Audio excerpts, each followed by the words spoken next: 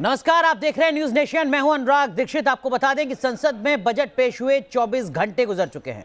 बाजार से लेकर आर्थिक मामलों के जानकार तक बजट को लेकर तरह तरह की प्रतिक्रिया दे रहे हैं। ये सब आपको हम बताएंगे, लेकिन इस बार के बजट में जिस चीज पर सबसे ज्यादा ध्यान दिया गया है वो जान भी है और जहान भी, यानी बजट में आम आदमी की सेहत का खास ख्याल रखा गया है। आपको बता दें कि सेहत के मोर्चे पर यानी हेल्थ सेक्टर पर जो खर्चा है उसको 137% बढ़ा दिया गया है। हेल्थ पर 2,24,000 करोड़ रुपए के आसपास का प्रावधान है। 2.25 लाख करोड़ रुपए का बजट है हेल्थ सेक्टर का। कोरोना वैक्सीन के लिए ही सिर्फ 35,000 करोड़ रुपए का प्रावधान किया गया है। इसका सीधा मतलब यह है कि अब इस प्रावधान के बाद देश के 38 से 50 करोड़ लोगों को कोरोना का टीका लग सकता है। तो तकरीबन आधी आबादी को कवर यहां पर करने की कोशिश है। 40% आबादी को कवर करने की कोशिश है ताकि कोरोना की चेन को तोड़ा जा सके। तो सेहत के मोर्चे पर इस बजट में क्या कुछ खास है ये हम आपको समझाएंगे, और ये समझाने के लिए हमारे साथ एक खास पैनल जुड़ेगा। हमारे साथ डॉक्टर स्वाति माहेश्वरी जुड़ चुकी हैं। बहुत बहुत स्वागत है डॉक्टर स्वाति आपका न्यूज नेशन पर। लेकिन उससे पहले बजट कैसे सेहत के लिए संजीवनी साबित होगा, इस पर बात हम करेंगे डॉक्टर स्वाति माहेश्वरी से। लेकिन उसी से जुड़ी हेल्थ सेक्टर से जुड़ी ये रिपोर्ट आपको पहले दिखाते हैं। सोमवार को संसद में 110 मिनट के अपने सबसे छोटे भाषण में केंद्रीय वित्त मंत्री ने कोरोना से कराहती अर्थव्यवस्था को रफ्तार देने का जो प्लान पेश किया उसे शेयर बाजार ने भी सलामी दी। 24 साल की ऐतिहासिक छलांग के साथ बीएसई 48,500 के पार बंद हुआ तो निफ्टी में भी 693 अंकों की तेजी दर्ज हुई।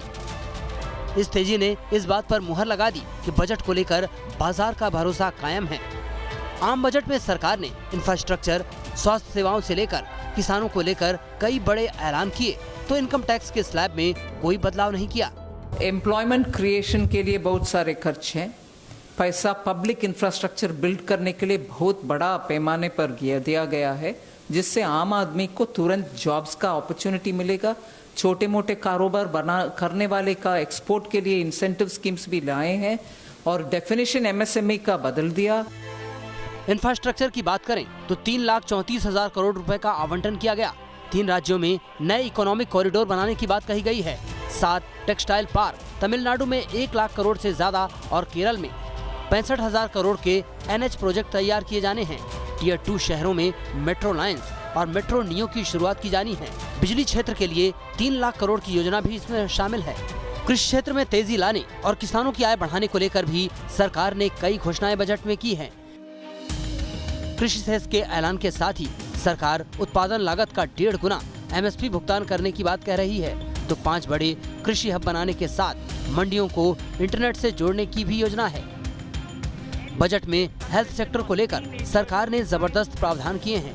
हेल्थ सेक्टर का बजट जहां 137% बढ़ाया गया है, वहीं कोरोना वैक्सीन के लिए 35,000 करोड़ रुपए का बजट रखा गया है। इसके साथ ही आत्मनिर्भर स्वास्थ्य योजना के लिए 64,000 करोड़ राशि का आवंटन किया गया है। प्रधानमंत्री आत्मनिर्भर स्वस्थ भारत योजना 64,180 करोड़ खर्च कर रहे हैं। स्वास्थ्य के क्षेत्र में 137% वृद्धि ज्यादा है, ये अपने आप में बड़ी बात है। हेल्थ केयर इंफ्रास्ट्रक्चर को हम और मजबूत कर रहे हैं, ग्रामीण स्तर पर, जिला स्तर पर। बजट के बाद आज भी शेयर बाजार में शानदार तेजी देखने को मिल रही है। देखते ही देखते बीएसई में 1,000 से ज्यादा अंकों का उछाल आ गया।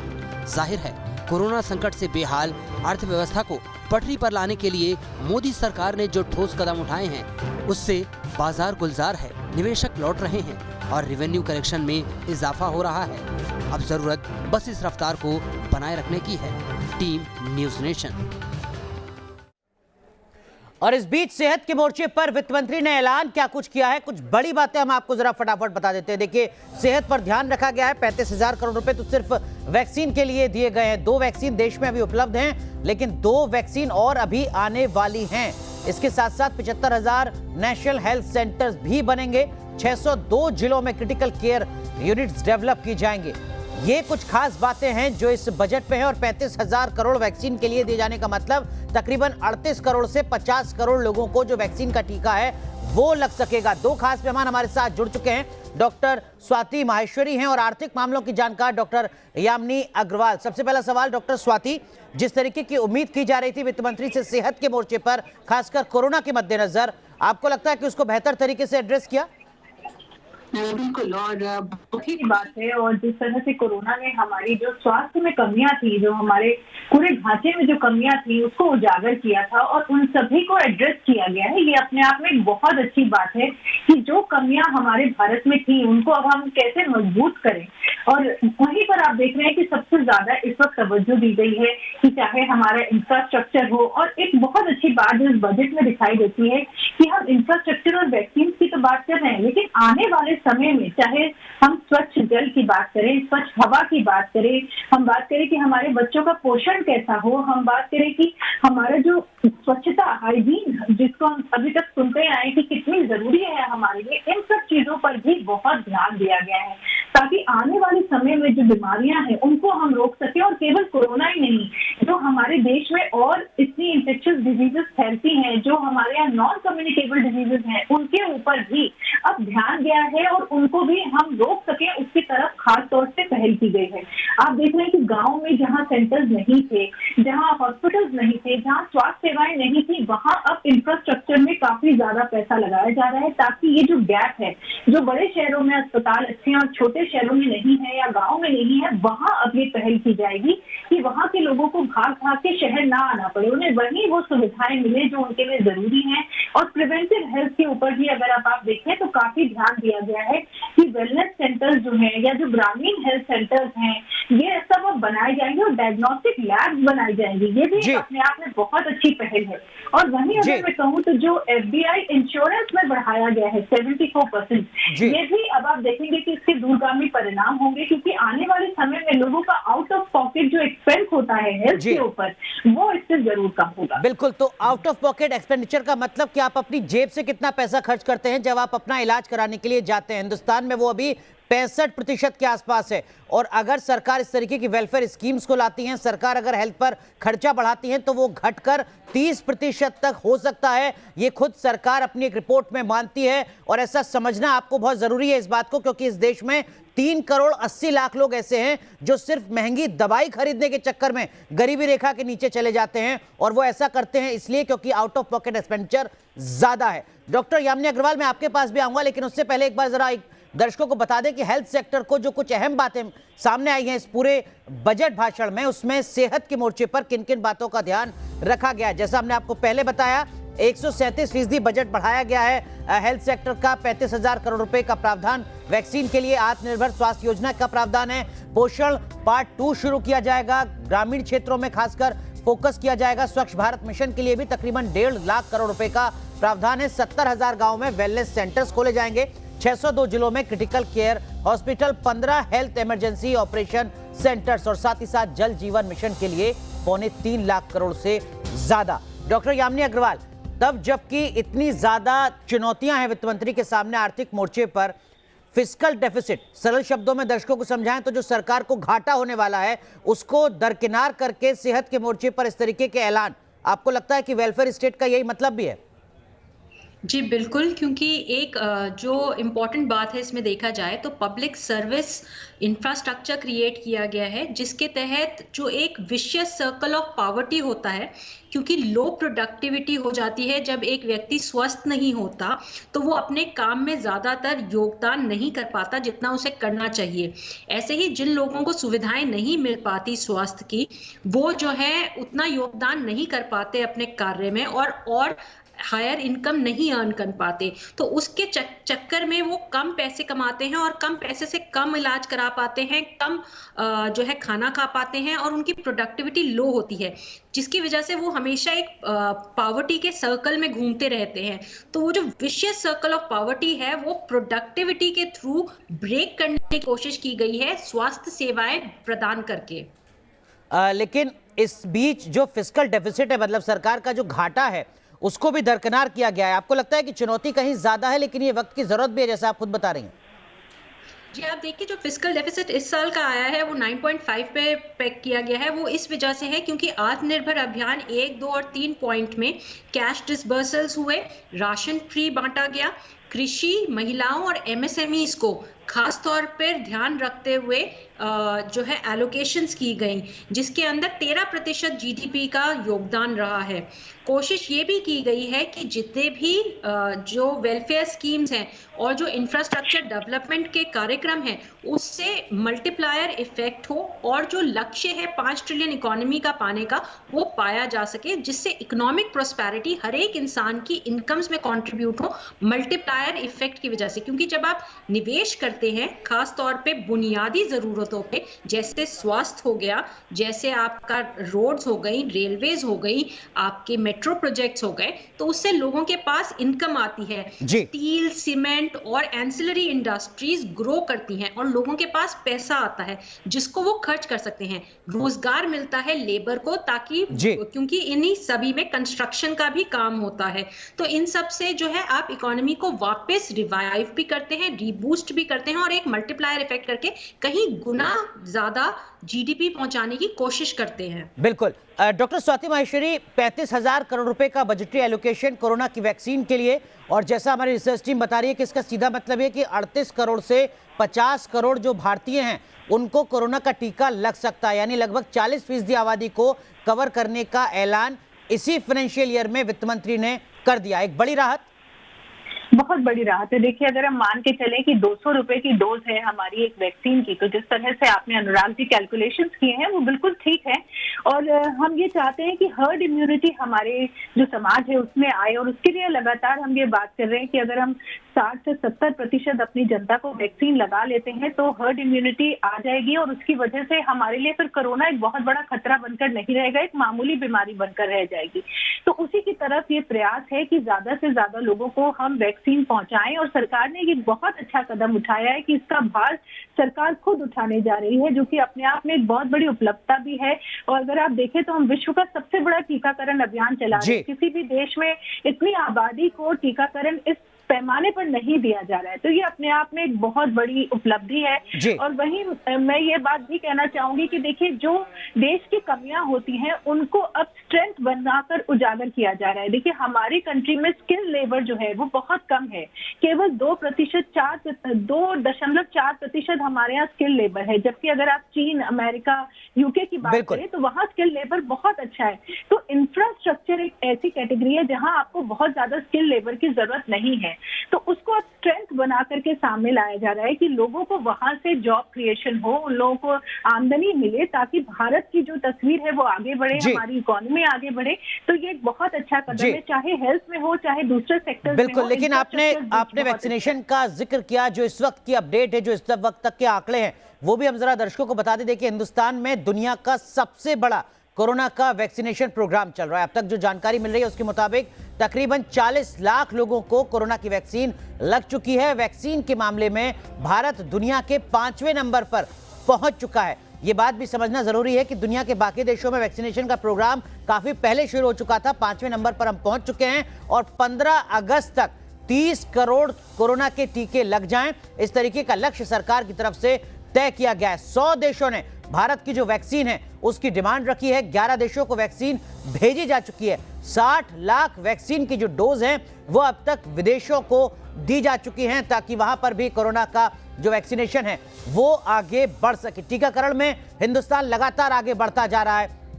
ये देखिए, हम आपको 4 देशों के आंकड़े यहां पर बता रहे हैं। 30 लाख लोगों को टीका लगा है भारत में, लेकिन ये आप देख सकते हैं 13 दिन के अंदर 30 लाख लोगों को टीका लगा है। अमेरिका में 18 दिन के अंदर 30 लाख लोगों को टीका लगा। इजराइल में 33 दिन के अंदर 30 लाख लोगों को टीका लगा, और ब्रिटेन में 36 दिन लगे तब जाकर 30 लाख लोगों को ये टीका लग सका। यानी इस रफ्तार में हिंदुस्तान सबसे आगे है। लेकिन डॉक्टर यामिनी अग्रवाल, 35,000 करोड़ रुपए आप कोरोना की वैक्सीन के लिए देते हैं ताकि लोगों का टीका लग सके, इसका आर्थिक पहलू आपको क्या नजर आता है? क्या आपको लगता है कि अगर कोरोना को लेकर जो पैनिक है वो कम होता है तो जो हमारा एमएसएमई सेक्टर है वो पटरी पर आ सकता है, जो सर्विस सेक्टर है वो पटरी पर आ सकता है, मैन्युफैक्चरिंग सेक्टर में नई जान आ सकती है? यानी 35,000 करोड़ रुपए खर्च करके वैक्सीन के नाम पर आप कई लाख करोड़ रुपए की जो इकोनॉमी कहीं पीछे जा रही है उसको बूस्ट कर सकते हैं। जी देखिए, कोविड की वजह से पूरा इकोनॉमी का चक्का जाम हो गया था, जिसकी वजह से इकोनॉमी में अब कोई भी कंट्रीब्यूशन नज़र नहीं आ रही थी और जीडीपी का कॉन्ट्रैक्शन 24% के आसपास था।